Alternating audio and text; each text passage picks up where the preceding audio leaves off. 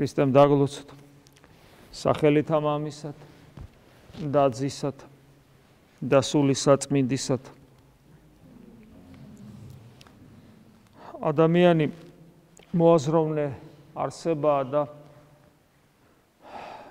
იგი როგორც გონიერი არსება უდიდესი პასუხისმგებლობის წინაშე დგას და ეს უდიდესი პასუხისმგებლობა სწორედ ამ პასუხისმგებლობის ერთ-ერთი უმთავრესი მიზანი სწორედ მისი გონიერებაა, ანუ მისი უნარი შემეცნების.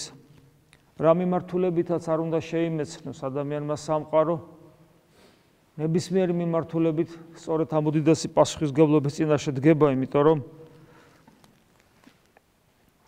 კითხვები და ძალიან ხშირად კითხვები პასუხგაუცემელი იმდენია, როცა ის გარემო მიმოიხილავს თავის სამყაროს, ის მის გარშემო არსებულ სამყაროს, ასევე სამყაროს, რომელიც მის შიგნით არის და შესაბამისად მისი შემეცნება სწორედ ორი მიმართულებით არის, შემეცნება და თვითშემეცნება. ისეთი სიდიადის წინაშე დააყენებს, იმგვარად წარმოუჩენს საკუთარ უსუსურობას და არარაობას. ამავე დროს თან სიდიადეს, როგორც ეს დიდი მოაზროვნა ბლეს პასკალი იწყო და ადამიანი რადგან გძნობს თავის უბადრუკობას, ეს არის სწორედ მისი სიდიადე, იმიტომ რომ უბრალო ხე თავის უბადრუკობას ვერ გძნობს. ადამიანის მიერ საკუთარი უბადრუკობის განცდა სწორედ ეს მისი ამ საოცარი უნარის თვითშემეცნების და ზოგადად შემეცნების უნარიდან არის. ამაზე ხას იმიტომ უსვავ, რომ ჩვენ ვიცით საწინააღმდეგოდ როგორი ვიქცევით ხოლმე ჩვენ ადამიანები, როცა ჩვენ ამ საოცარ უნარს არ ვიყენებთ და აი ამ საოცარ უნარს შემეცნებისა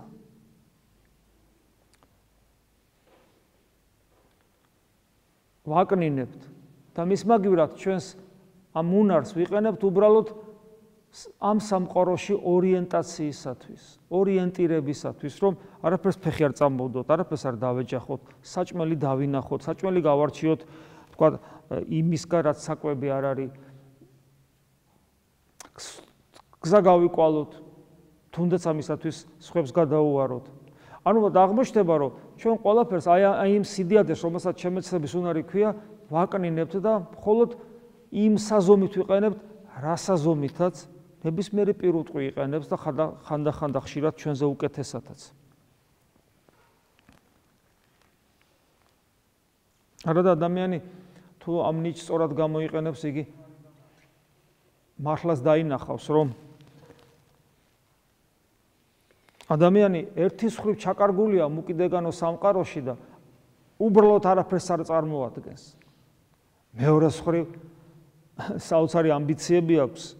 იქიდან გამომდინარე და ეს ამბიციები სამართლიანად აქვს. იქიდან გამომდინარე, რომ რაღაც არის მასში ისეთი, რომელიც მიუხედავად ამ ჩაკარგულობისა, ამ დიად სამყაროზე უფრო მნიშვნელოვანია. მასში რაღაც ისეთი. დიდ სამყაროში ჩაკარგულობას თავი რო დავანებოთ, ადამიანი იმასაც კი არ ფიქრობს, რომ ხვალე უბრალოდ მოკვდება. საფლავში ჩაიდება რაღაც სიღრმეში და მისთვის ყველაფერი დამთავრდება. ის ყველაფერი რაც აინტერესებდა, რაც უყვარდა, რაც რითაც ბედნიერობდა, რისთვისაც ნერვიულობდა, რისთვისაც ცუდად ხდებოდა ნერვიულობისგან, რისთვისაც ადამიანის სახეს კარგავდა. რა თქმა უნდა, შესაბამისად, რისთვისაც ქრისტიანის სახეს კარგავდა, რწმენას კარგავდა. ეს ყველაფერი აღმოჩნდება, რომ სისულელე ყოფილა. ადამიანი ძალიან ხშირად კარგავს რწმენას, ან რწმენა უსუსტდება განსაცდელების გამო და ეს განსაცდელები ხანდახან უბრალოდ სისულელი და მეტი არაფერი. ნუ ვიღაცამ თქვა სამსახური დაკარგა, განამტკივნეული არ არის. ბევრი რამე ადამიანს კბილი როს ტკივა, ესეც კი პრობლემაა, გასაგებია, მაგრამ ხომ არ შეიძლება რომ ჩვენი რწმენა კბილის ტკივილს გადავაყოლოთ, იმიტომ რომ ის ძალიან ძნელად მოსათმენია, საერთოდ მოუთმენელიც კი არის. აღმოჩნდება, რომ კბილიცა და სამსახურიცა და ბევრი სხვა რამე აბსოლუტურად არაფერს არ ნიშნავს. როცა ჩვენ საფლავში ვიქნებით მაშინ.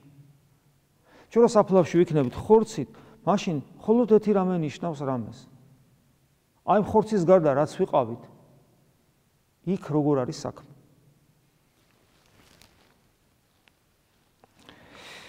ეს ყველაფერი რომ ურწმუნოებს ჭირდათ, კიდე არა უჭირს, იმიტომ რომ ურწმუნოებში ჩვენ ხო მორწმუნეები ვართ, ჩვენ ხო პრობლემა არ აქვს. მაგრამ აღმოჩნდა რომ ჩვენ ზუსტად იგივე გვჭირს.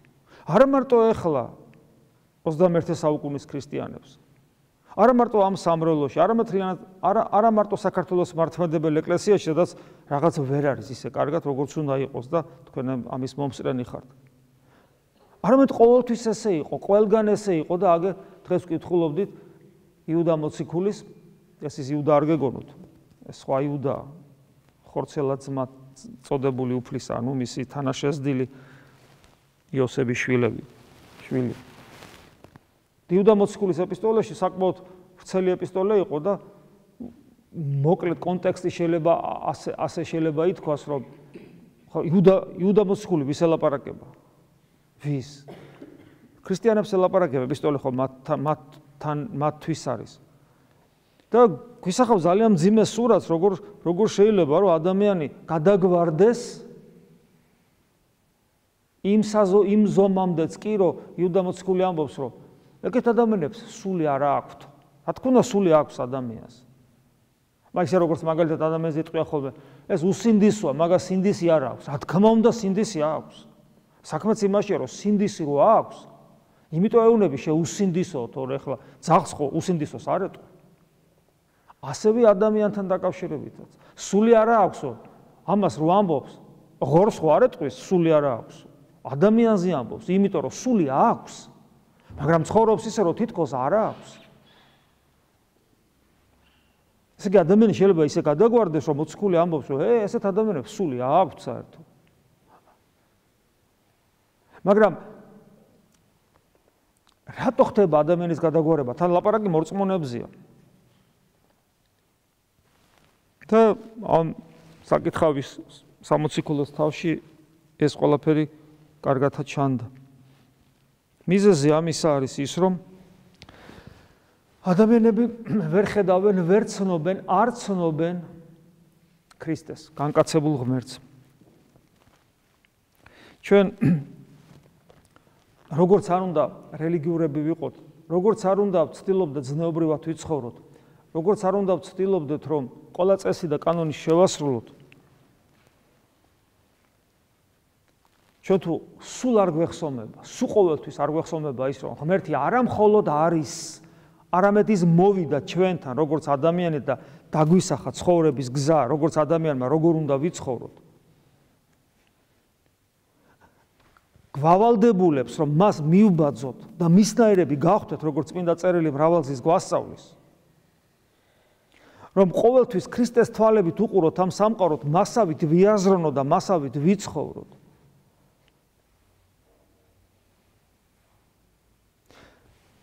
გვავალდებულებს, რომ ყოველ ადამიანს მოვექცეთ ისე, როგორც ქრისტე მას მოექცეოდა, გვავალდებულებს ყოველ სიტუაციაში მოვიქცეთ ისე, როგორც ქრისტე მოიქცეოდა. და ეს ყველაფერი კიდე არ არის საკმარისი, კიდე უმთავრესი არის ის, რომ ჩვენ მუდამ ვეძებდეთ მასთან პიროვნულ ურთიერთობას, იმიტომ რომ თუ ჩვენ ქრისტეს არ ვიცნობთ, ჩვენ ვიცით მრავალი მაგალითი წმინდა წერილში, თუნდაც ის 10 ქალწულის იგავის შესახებ. და კიდე სხვა მაგალითები, სადაც უფალი ახმოვანებს ჩვენი გადარჩენის უმთავრეს ფორმულას, შეიძლება ასე ითქვას. როცა ადამიანი არ ცხონდება, მას ეუბნება მიზეზს. არ გიცნობ შენ. ხანდახან დაამატებს მოქმედო უსჯულოებისამო. ამას ეუბნება ადამიანს, რომელიც ყველაფერს აკეთებს, ცხოვრობს, სწორად აკეთებს ყველაფერს, სჯულის აღსრულებელი. არ გიცნობ მე შენ, არ გიცნობ. რა თქმა უნდა, ღმერთი ყველას იცნობს. მაგრამ არ გიცნობ, ნიშნავს, რომ არ მოხდარა სინერგია, არ მოხდარა ორი პიროვნების შეხვედრა, ღმერთისა და ადამიანის.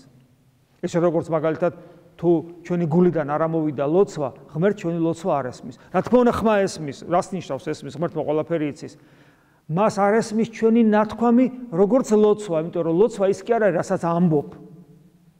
ლოცვა ის არის, რაც გულიდან ამოხეთქავს.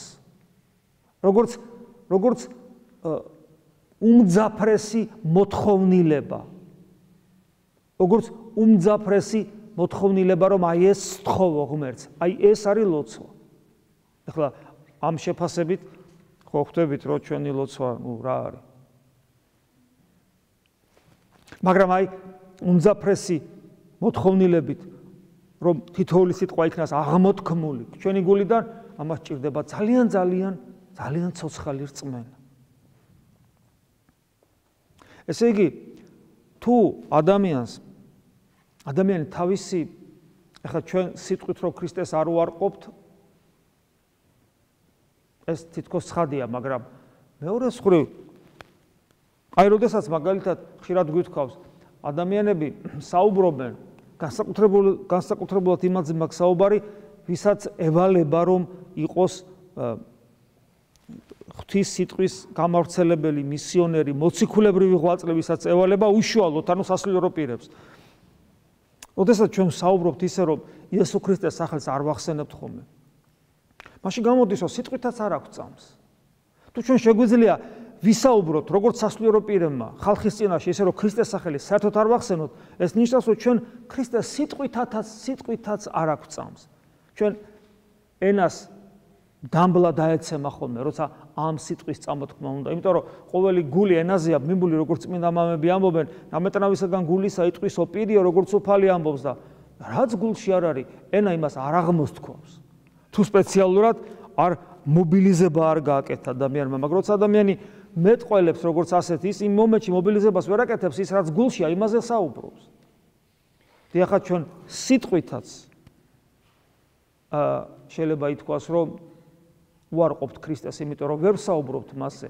ჩვენ ცნობიერებითაც, გულითაც უფლის ძიების წყურვილითაც. ჩვენს ეკლესიაში მრავალი მახინჯი პრაქტიკა არსებობს. ამას თავის წარმომავლობა აქვს. რა თქმა უნდა. მაგრამ თუ ჩვენ სახარების სულით გამოვისწვალებით, დავინახავთ, რომ რა საშინელებაა ეს. და ეს მაგალითად, რასაც ჩვენ ხშირად გვიხსენებია, ადამიანების ზიარება იშვიათად. როცა პირდაპირ ზოგიერთი სასულიერო პირდაპირ ხელს უშლის ადამიანებს, რომ ქრისტეს ხშირად ეზიარო. პირდაპირ ქრისტეს სამწყსოსა, რომელზეც უფალი ამბობს, ჩემი სამწყსოა ეს, ჩემი ცხოვარია ეს, მათსა და ქრისტეს შუადგება. და თავისი ხელდასხმითი ძალაუფლებით ხელს უშლის ადამიანებს, რომ ქრისტეს ეზიარო. მე მესმის, რომ ხშირი ზიარება თავისთავად არაფრის მომცემი არ არის. და ამას ვინ ამბობს, რომ ხშირი ზიარება თავისთავად რაღაცის მომცემია? ჩვენ საუბრობთ სხვა რამეზე, როცა ადამიანი ღვთის მაძიებლობით ცხოვრობს. როცა ადამიანის ცხოვრების კრედოა ესეთი, რომ სულ ღმერთს ეძებდეს, მას ბუნებრივად აქვს მოთხოვნილება ხშირად ეზიაროს და როცა შენ ესეთ ადამიანს ხელს უშლი, რომ ეზიაროს, შენ ის ფარისეველი ხარ, რომელიც სასუფეველის კარებთან დგას, არც თვითონ არ შედის და სხვასაც არ უშვებს. დამოკიდებულება იესოს ლოცვისადმი. გვახსოვს ხშირად გვითხოვს, როგორ უგზალავენ ფარისევლები მოციქულებს, მაგ სახელითო, ნუ მოქმედებთ, ნუ ქადაგებთ, ნუ კურნავთ, ნუ ასწავლით. ანუ იესოს სახელის ხსენება არ იყოსო. რასევნებიან მოციქულები? უღდელთავრებს. და მოციქულები უღდლებიც არ იყვნენ, ხო ხელდასხმის თვალსაზრისით, უბრალოდ ძველი აღთქმის ეკლესიაში უბრალოდ ერის ადამიანები იყვნენ, თან უბრალოდ ძალიან ისეთი, ხო მებადურები და რასევნებია? არ ემორჩილებია. თევნებია, წარმოედგინეთ, რა უფრო სწორია, თქვენ დაგიჯეროთ თუ ღმერთსო. ჩვენც ესე ვამბობთ, რა უფრო სწორია, ვის დაუჯეროთ? ქრისტე, რომელიც გვეუბნება, რომ ყოველთვის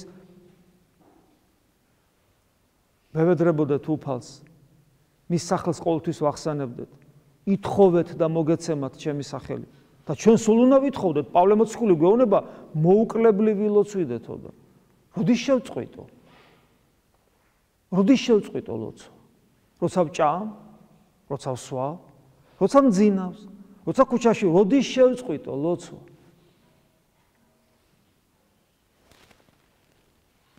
პრობლემა ჩვენი დღევანდელი ქრისტიანებისა სწორედ ეს არის. ჩვენ ქრისტეს ვერ ვხედავთ ჩვენ ქრისტეს ვერ ვცნობთ და კაცმა რო თქვას, გულის გულშიც, ცნობიერებაშიც და სიტყვაშიც ჩვენ განკაცებულ ღმერთს არ ვცნობთ და არ ვიღებთ.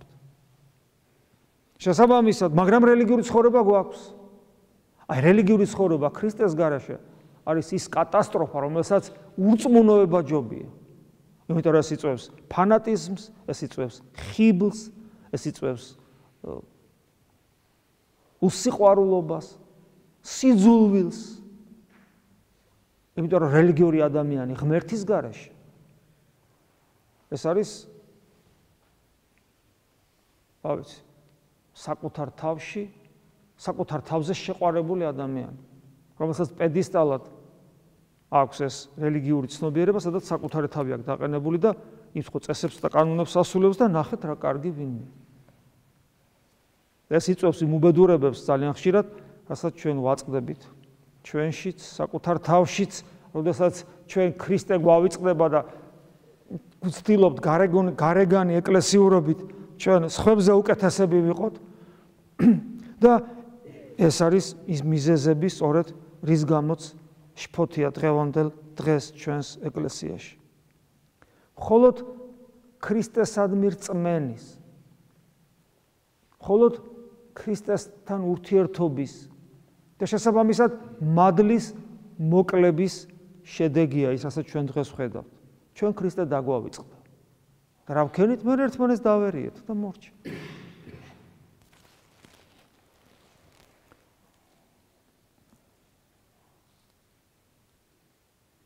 დღეს შიომღვიმელის ხსენება. შიომღვიმელზე არც ნიჭიერები ვართ, არც უფრო მორწმუნენი ვართ. არც მათზე მეტად გვიყვარს ქრისტე და მე ვფიქრობ, რომ არც შიომღვიმელზე მეტად არც სიცოცხლე არ გვიყვარს ჩვენ. და ის ყველაფერი ამის უფრო მეტად მოსაპოვებლად და მათ შორის სიცოცხლისა ჩავიდა ღვიმეში და იქ დაასრულა თავის ცხოვრება. ამით თითქოს გითხრა და დღეს გეუბნება, რომ იცით ადამიანებო, თუნდაც 21 საუკუნის თანამედროვე კომფორტის მქონე ადამიანებო, თქვენ ღვიმეში ხართ. გაცილებით უფრო ღრმაში, ვიდრე თქვენიათ, რომ მე ვიყავი. თქვენ სამყაროში ჩაკარგულები ხართ. თქვენ არსად არ ჩანხართ, არავის არ ახსოვხართ, თუ თქვენ ღმერთი არ გინდათ. ხოლო თუ თქვენ ღმერთი გინდათ, მაშინ არ შეიძლება რომ დავივიწყოთ იესო ქრისტე, რომელმაც ეს უკიდეგანო სამყარო გამოარღვია და ჩვენთან მოვიდა ადამიანად და დღესაც პურის ღვინისა და პურის სახით თავის ხორცი და სისხლი მოგცა და კიდევ ერთხელ გამოგვიწოდა ხელი მარადისობიდან, გამოგვიწოდა კიდევ ხელი ამ სამყაროში ჩაკარგულებს, რომ კიდევ ერთხელ ხელი მოვკიდოთ და მას გავყვეთ და დავიმკვიდროთ ადგილი მარჯვენით მამისა, სადაც იგი იმყოფება. წმინდა შიომღვიმელის ლოცვით უფალმა რწმენა გაგვიცოცხლოს და მარადის ყოფილიყოს ქრისტეს ხსოვნა ჩვენს გულში, ჩვენს ცნობიერებაში, ჩვენს ბაგეებზე მარადის ყოფილიყოს ქრისტეს ხსოვნა ჩვენში. ამინ. მადლი უფლისა ჩვენისა იესო ქრისტესი და სიყვარული ღმრთისა და მამისა და ზიარება სული საწმინდისა იყოს თქვენ ყოველთა თანა. ამინ.